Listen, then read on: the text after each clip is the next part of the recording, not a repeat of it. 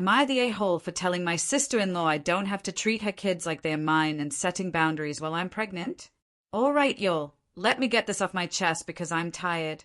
So, 25F, never really wanted kids before. Wasn't a fan of other people's kids either, if I'm being real. But life happens. I'm married, 26M, and now we're expecting our first baby soon. Since getting pregnant, my feelings changed about my child, but that doesn't mean I signed up to play mama to anybody else's. Now, my SIL, 36F, has 3 kids, a 4M, a 7M, and a 9F. She's a single mom, works full-time Monday through Friday, respect to her hustle. But the problem is, out to everybody in this family, my husband, MIL, FIL, cousins, aunties, uncles, she constantly calls and asks me to babysit. Nobody else, just me, and doesn't offer no money, even though I work part-time from home and I'm heavily pregnant. The issue popped off recently at a bonfire barbecue. She asked me to help out with her kids while she went off to drink and run her mouth with the other adults. I ain't mind for a little bit because I was sitting down and not doing anything, but she straight up disappeared for over 2 hours. Left me chasing a 4-year-old who's damn near my height and not potty trained. I can't even bend down without feeling like I can't breathe. A 7-year-old who's nonverbal for the most part and says random stuff he picks up off Bluey, and the 9-year-old who's actually a sweet gal and tried to help me manage her siblings. When she finally came back, she had the nerve to joke, "You'd be a better mom than me, girl. Claim them as yours." I kinda laughed it off and passed her kids back, but later she kept pressing the issue, talking about, "We're family now. You should step up so you can practice." So I told her, I love them as my niece and nephews, but they will never be mine. I'm glad I can pass them back when it's time. That's when she got mad and started saying slick, racist *T about me and my baby, talking about how I sit on my ass while she works, calling my people lazy, and saying this baby is just gonna be another burden. Whole time I'm damn near 8 months pregnant, can barely get around, exhausted, and dealing with all this. And get this, my husband and MIL took her side saying I should help family and that I was being cold. My husband even told me I didn't marry somebody so selfish they wouldn't help family. But here's the kicker, my sweet niece tried to help me calm down her brothers, get them snacks and stuff while I was struggling.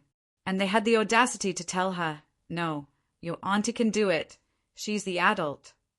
Like what? I finally snapped and told my husband and his family to STFU, leave me alone. Oh, I'll go back to my home state where my people actually got me since me and my baby is such a burden, because this whole situation is stressing me out to the point I feel like I'm going to end up in early labor. So tell me, am I the a-hole for 1. Saying I don't have to parent her kids? 2. Standing up against her racist, out-of-pocket remarks about me and my unborn child? 3. Prioritizing my health and setting boundaries while I'm this pregnant? Because at this point it feels like I'm the only one in this damn family with sense, and I'm tired of getting dragged for not being a doormat. It's been about 2 weeks since my last post. My bad, I've been trying to breathe, settle in, and keep my peace. So first off, yes, I did leave and made it out okay. I'm staying with my brother now. Before I left, my ex-SIL really tried it. This woman had the nerve to drop her kids off the porch, knowing it was just me at home. My ex-husband was headed to the airport, and I was trying to handle the house. When she saw I wasn't coming to the door, she told her kids to go around back where there's a pool, no gate, 4 feet to 10 feet deep.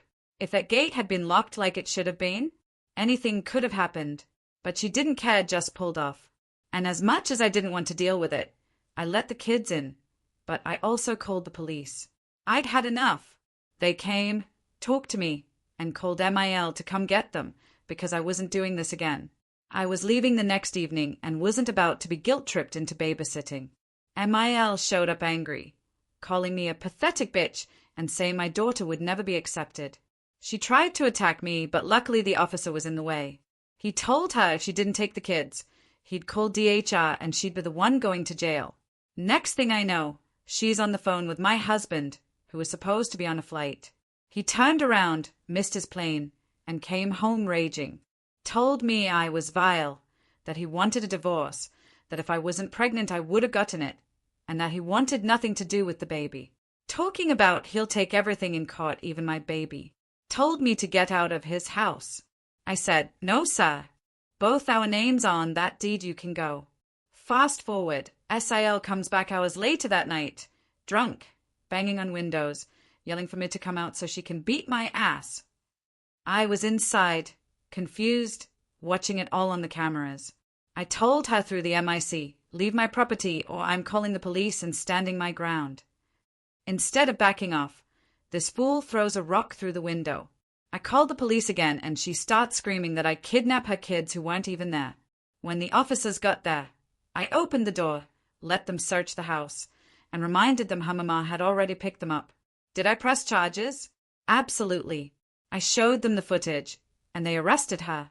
Once they found out she was in jail, my phone blew up.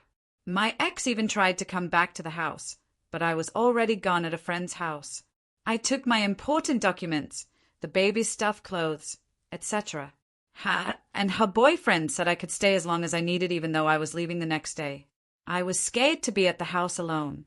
Somehow, my ex found out where I was, but her boyfriend told him to leave. That night, I couldn't sleep. I was too anxious, thinking he might come back. Next morning, his job called me asking why he missed his flight and if he was okay because he wasn't answering his phone. So I sent them everything, voicemails, videos, all of it. Never heard back officially, but judging by the sudden crying voicemails from him and his mom, he either got fired or suspended. SIL got bailed out by MIL, but neither one has the kids. The kids are with the actual daddy whom SIL was keeping them away from, and they are doing better already. Their dad told me the 4M is finally out of pull-ups, the 7M is getting into speech therapy, and the 9F is being the sweet angel she's always been. As for me, I'm okay. I'm 36 weeks plus 5 days. Baby girl is healthy and kicking, and I'm surrounded by peace and love. I'm staying with my brother, his wife, and their newborn twins. My niece? She's my little bestie. My nephew? He's still side-eyeing me, but we're working on it.